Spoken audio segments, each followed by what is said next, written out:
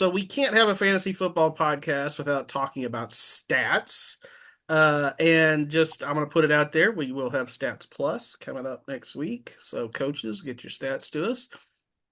I'm not going to ask you to draft an all classification fantasy team because if we did that, I would just take Jesse Lamb, Walnut Springs, number one, and then I would just walk away with the championship. Well, but what if we had a 6-man division and an 11-man Okay, division? well, I'd still take Jesse Lamb. He's got like 16 touchdowns or something in 2 weeks, or I mean, it's insane. Yeah, it was insane. Yeah, Like going through stats the other or players of the week, I was like, what the heck is this kid doing? yeah. Walnut Springs is a story. So I want to use this stat thing as kind of a launching pad for a deeper conversation about stats. And of course, we have had this sort of debate for years when we pick Super Centex teams and stuff.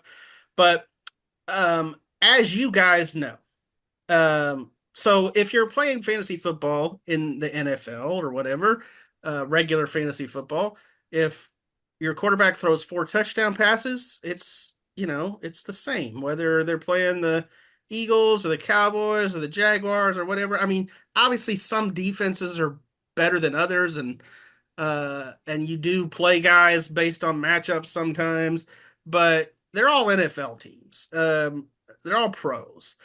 But we here cover a lot of different classifications of high school football. And I would say not every 200-yard rushing game is the same. So, how do you, when you kind of are comparing monster stat lines, differentiate a kid from a 2A school to a 6A school? I think there's a lot of nuance to that Mm. because, like, yes, the level of football is different. Like at a 6A school, you're bigger, you have more resources, you have a deeper roster, you also have more expenses, right? More pressure, I guess, because people assume, you're at a higher level and you're up against schools like from the Dallas area and the Houston area and San Antonio and Austin. But I mean, I feel like football is football, right? Like I ask these kids all the time. Like when I talked to JD Bell and I was like, what's the difference between going from 2A to 6A? He's like, well, I mean, football is football. It's just stuff is bigger over here, right? I really do think that you have to take all of those nuances into account. Like the level of the team that you're playing, the depth of the roster. Uh-oh, DJ frozen or am I DJ frozen? froze up. Okay. And also if There she goes. yeah, you're gonna see the same guys putting up those monster stats because there's not a lot of other people, right? Like, and it does have to do a lot of with the team. When I was talking to Coach Gillespie this morning, I was asking him about Chauncey King, who's another kid that transferred from a 2A to a 6A.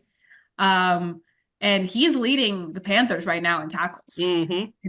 2 games. But he's played great as a guy who's watched their game. I also asked about Chauncey King after the game last night. Not to interrupt you, DJ, but I think that's a perfect example of a kid who went from a 2A to a 6A, and the transition has not been too much for him. He's playing lights out.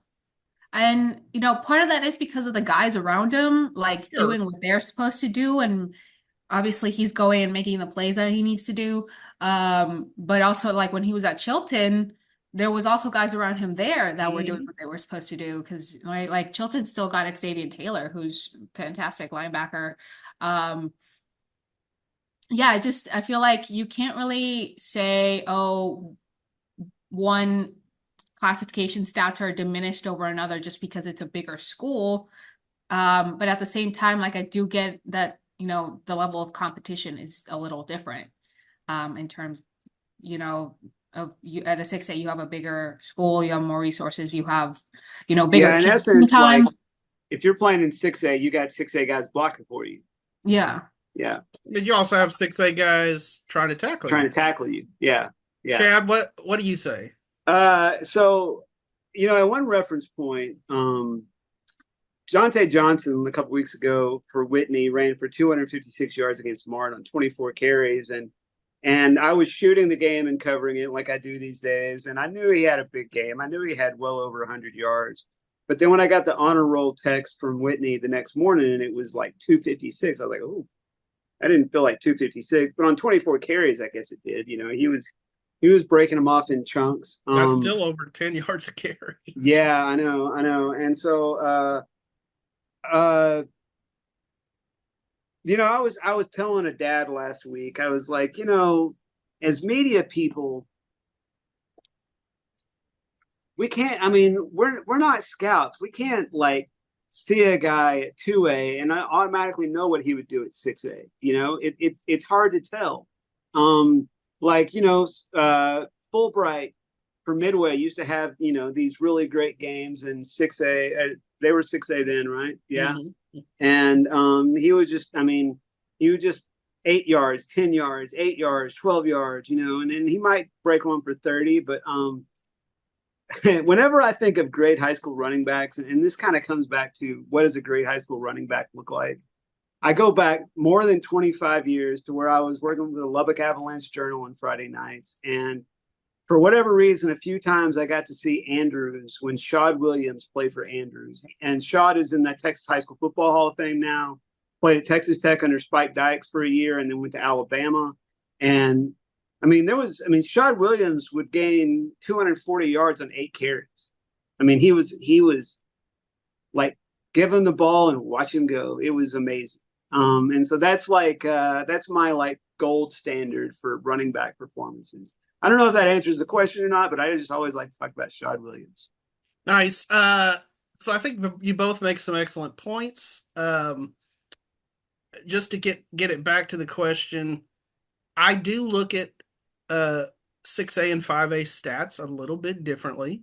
To me, a guy maybe rushing for 120, 130 at a 6A or 5A school is maybe the equivalent of 180. I don't know, at a 2A or something, just because of the competition. But at the same time, like when we pick Super Centex, we fortunately have a lot of freelancers, a lot of writers that work for us, and so we get to see a good chunk of these kids in Central Texas. And so I think we have a pretty good idea and can identify who the players are. Yeah, I wasn't trying to sell us out. Huh? I wasn't trying to sell us out. No. Yeah. And like, Quan Cosby could play.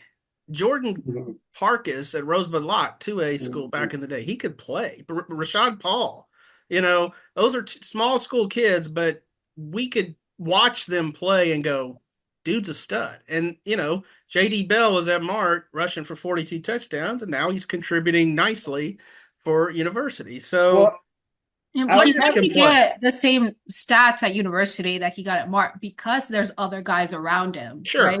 Yeah. So I was having this conversation with some kids this summer about Super Centex stuff and how he picked that. And these kids went to a big school. And I was like, look, you're right. Like your classmate that had a good season for your team this year, they had a good season. Yeah. But and if they'd have been at Bosqueville, they might have been a superstar, right? If they'd have been at a smaller school, they might have been a superstar. But the thing is, like, a lot of what we judge it on is how big of a difference maker were they? I mean, I think that's, yeah. And to your point, Chad, when we gathered last winter and picked the Super Centex team, we looked at our receivers. And if you just went on stats alone, London Smith didn't have the stats of some guys in lower classifications. Right. Like, I feel good about who we picked at receiver.